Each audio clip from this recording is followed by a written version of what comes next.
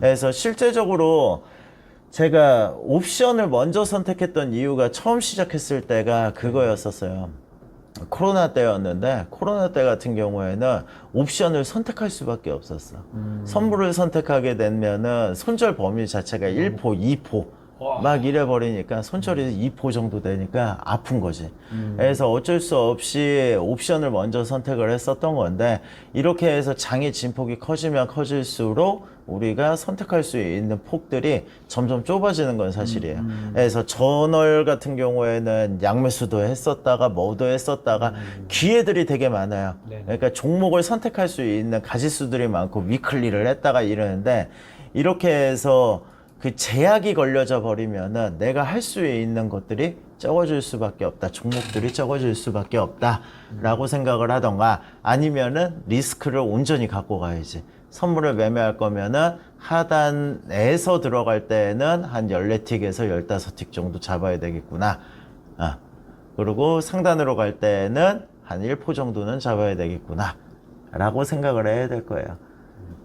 그러면 이제 저 같은 경우는 이제 선물로 다 하기는 좀 힘들고 그러면 옵션으로 한다라면 네. 일단은 장이 시작해서 좀 안정될 때까지 기다렸다가 횡보 구간을 들어가면 양매도 전략으로 가는 게 좀 안정적인 건가요? 제일 안정적이기는 하죠. 그런데 수익 자체가 안 늘어나기 때문에 그 다음에 이 양매도를 하는 거를 다들 오해들을 하는 게 양매도나 양매수가 안전해서 한다라고 생각을 하는 편들이 많아요. 근데 어떻게 보면 양매수나 양매도를 하는 게 수익의 극대화 때문에 하는 경우들이 많거든요. 그러니까 양매도를 구축을 한 다음에 이제 종목을 하나를 더 사가지고 네이키드성이랑 양매도랑의 차이를 생각을 해봐야 돼.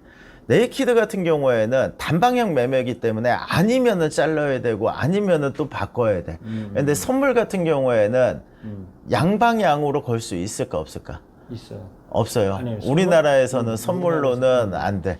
그런데 이 옵션만이 유일하게 양방향 매매예요. 그런데 대부분이 주식을 하다가 선물로 넘어오게 된 케이스들이 많은데 주식을 안 하고 왜 선물로 넘어와요?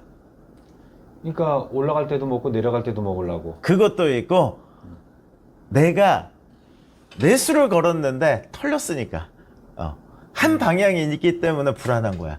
한 방향이면은 얘네들이 뭐 때문에 떨어졌는지도 모르고 이유도 모르고 다 모르는데 걸었다는 이유만으로 손해가 계속 쌓이는 거예요.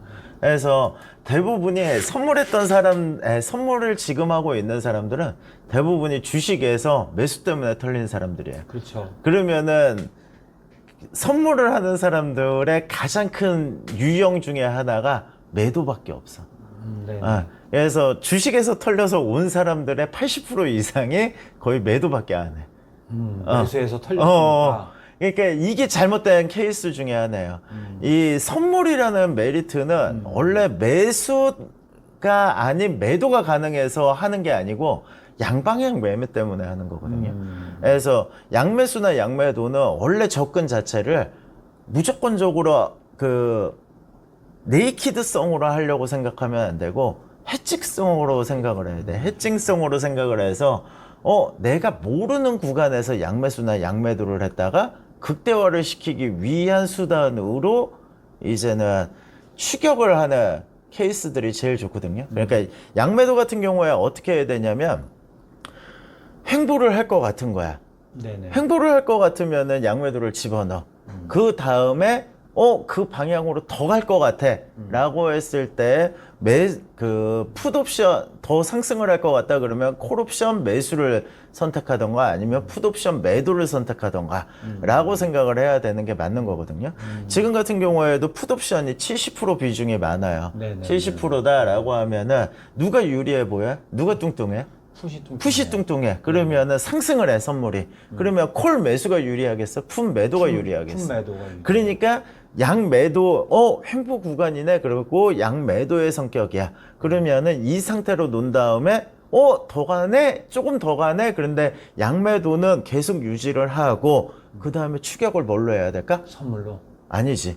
푼 매도로. 푼 매도로. 그렇죠. 뚱뚱하니까 다이어트도 확 될 거다 이거지. 음. 그러니까 이렇게 해서 움직이는 케이스들이 가장 이상적인 양매수와 양매도를 데일리성으로 하는 케이스들이 이렇게 해야 되는 게 맞아요. 그러니까 모르니까 방향성을 잡기에는 리스크가 있으니까 양매수나 양매도를 했다가 그 다음에 이제 다른 거를 선택을 하는 거죠.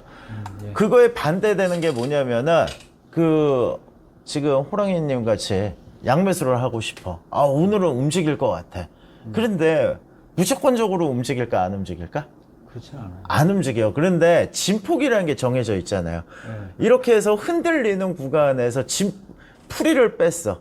풀이를 빼다가 이 자리가 넘어가면 이탈이 될 것 같은 거야. 그런데 벌써 빠질 거는 좀 빠졌잖아. 네네. 그러면 어떻게 해야 돼? 더 들어가야 지만 살잖아요. 음. 그러면은 콜을 매수를 한다거나 아니면은 푼 매도를 해가지고 추격을 붙여버리는 거야. 그 자리를 이탈했을 때.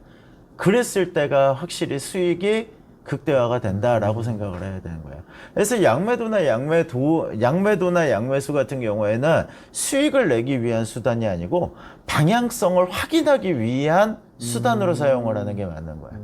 그러니까 손해는 수익이 생겨도 프리미엄이 빠지니까 조금은 생길 수 있지만 그걸 수익으로다가 잡으려고 하지 말고 그렇죠. 방향성이 모호하니까 방향을 잡기 그렇죠. 위해서 방향성이 그렇죠. 그렇죠. 미끼를 던져 놓는 거네요. 근데 미끼를 던져 놓는데 그것도 충분히 수익으로 나와야지 안정감이 주는 거지.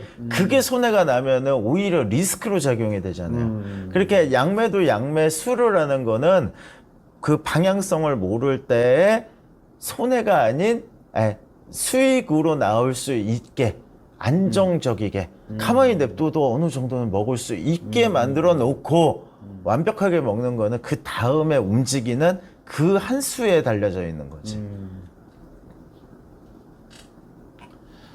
와, 어렵다. 아, 그래. 쉽죠. 얘기 들어보면은 쉬운 것 같은데 이거를 실제 매매에 적용한다는 거는 하면서 진짜 어느 정도 익숙해질 때까지는 모의 투자하고 세게는 모의 투자를 하고 약하게는 그냥 진짜 매매하고 싶다면 한 계약씩 정도로만 해서 리스크 줄이면서 익숙해질 때까지 해야 되겠네.